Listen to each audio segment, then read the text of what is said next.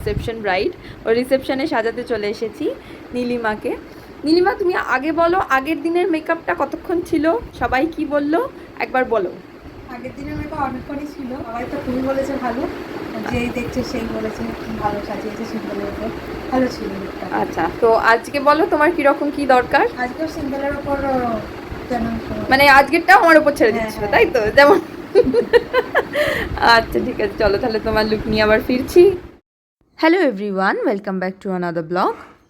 এমন অনেক ক্লায়েন্টরাই রয়েছে, আমি সবার কথা বলছি না, এমন কিছু কিছু ক্লায়েন্টরা রয়েছে যারা বুকিং করার টাইমে আমাকে জিজ্ঞেস করো যে আমি খুবই একটা সিম্পল নো মেকআপ লুক করতে চাই, বেশি কিছু করব না, হেভি মেকআপ হবে না, একদমই সিম্পল করতে চাই একটা লুক। তবে আমি বলে রাখি যে আমাদের কিন্তু নো মেকআপ করতে গেলেও কিন্তু মেকআপের যে প্রত্যেকটা স্টেপ হয়, প্রত্যেকটা স্টেপই কিন্তু আমাদের করতে লাগে। নো মেকআপ লুক বা মিনিমাম মেকআপ মানে কিন্তু এমন নয় যে আমি মেকআপের কোনো স্টেপ বাদ দেব। হতে পারে ফাউন্ডেশনের কোয়ান্টিটি একটু কম লাগতে পারে, কিন্তু মেকআপের কোনো স্টেপ কিন্তু বাদ যায় না, আমাদের প্রতিটা স্টেপই করতে হয়। সিম্পল মেকআপ করলে বা নো মেকআপ লুক করলে এমন তো নয় যে খালি ফাউন্ডেশন দিলেই তার হয়ে যাবে, তাকে ব্লাশারও দিতে হবে, তাকে হাইলাইটারও দিতে হবে, কন্ট্রোরও করতে হবে। সুতরাং মেকআপ আর্টিস্টদের পক্ষে কিন্তু সেক্ষেত্রে চার্জেসটা কিন্তু কম করা পসিবল হয়ে ওঠে না, কজ আমাদের প্রত্যেকটা স্টেপই করতে হয় মেকআপের, এবং প্রোডাক্টস কিন্তু যথেষ্টই লেগে থাকে, প্রত্যেকটারই তো কস্টিং রয়েছে। তাই নো মেকআপ লুক বা সিম্পল লুক মানেই যে চার্জেস কম হবে সেটা কিন্তু তোমরা ভেবো না।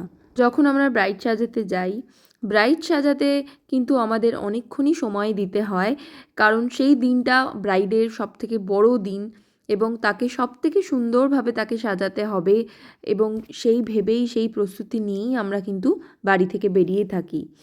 তো যত কষ্টই আমাদের হোক না কেন, আমাদের কিন্তু আমাদের বেস্টটা কিন্তু দিয়ে আসতে হয় সেদিনকে। তবে বলে রাখি, আমি কিন্তু আমার ক্লায়েন্টসদের কথা বলছি না, আমার ক্লায়েন্টসরা যথেষ্ট ভালো, এবং এখনও অবধি যাদেরকে আমি মেকওভার দিয়েছি তারা খুব cooperative, and I am really blessed যে আমি তাদের মতন ক্লায়েন্টস পেয়েছি। তো দেখো, কথা বলতে বলতে অলমোস্ট ওর আই মেকআপটাও ডান হয়ে গেছে। একটা সিম্পল আই মেকআপ দিয়েছি, বেশি কিছু করিনি, যেহেতু ও একটা সিম্পল লুকই চেয়েছিল। তোমরাও যদি আমার কাছে মেকওভার নিতে চাও, 2024 অ্যান্ড 25 সালের কিন্তু বুকিং চলছে, তোমরা বুকিং নিয়ে নিতে পারো সুন্দর একটা মেকওভারের জন্য। অ্যান্ড দেখো এখানে ওকে আমি হাইলাইটার দিচ্ছি, আমি বেকার হাইলাইটার ইউজ করি, আমার ভীষণ ভালো লাগে বেকার হাইলাইটার। দেন একটা নিউড কালারের লিপস্টিক আমি ওকে পরিয়েছিলাম, ওর ফেসে নিউড কালারটাই ভালো লাগতো। প্লিজ ভালো লাগলে একটা লাইক কমেন্ট শেয়ার করে দিও, অ্যান্ড আমার ফেসবুক পেজকে ফলো করতে ভুলো না। ভীষণ গরম ছিল, তাই জন্য একটা বান হেয়ার স্টাইলই করতে চেয়েছিল, অ্যান্ড ওকে আমি তাই একটা বান হেয়ার স্টাইলই করে দিয়েছিলাম পুরো ফ্লাওয়ার দিয়ে বানটা। এখানে আমি জিপসি ফ্লাওয়ার্স ইউজ করেছি, অ্যান্ড দেখো নেটের মধ্যে ব্যাঙ্গালোর রোজের পেটেলসগুলোকে নিয়ে পুরো বানটা আমি কভার করেছি। তোমরা জানিও তোমাদের এই ট্রিকটা কেমন লাগলো, তোমরাও করতে পারো, খুব তাড়াতাড়ি ইজিলি হয়ে যাবে। And here is her full look.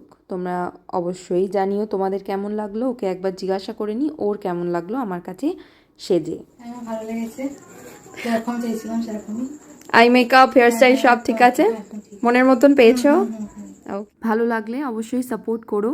Thanks for watching.